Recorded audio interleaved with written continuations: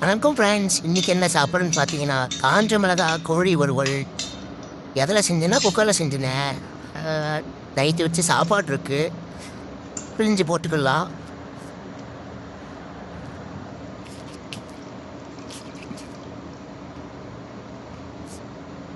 அடுத்து கோழிக்கறியை போட்டுக்கிடலாம் ஃப்ரெண்ட்ஸ். சும்மா சொல்லக்கூடாது, நல்லா தான் இருந்துச்சு. நீங்கள் என்ன சாப்பிட்டீங்க இன்னைக்கு சொல்லுங்க.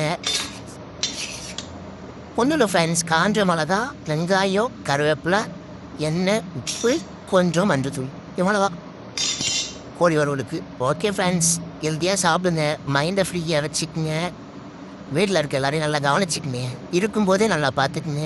அப்புறம் அப்பா அம்மா போனதுக்கப்புறமா அதை பற்றிலாம் என்னத்தை சொல்கிறது, உங்களுக்கே தெரியும். பார்த்து நடந்துக்குங்க. Bye friends.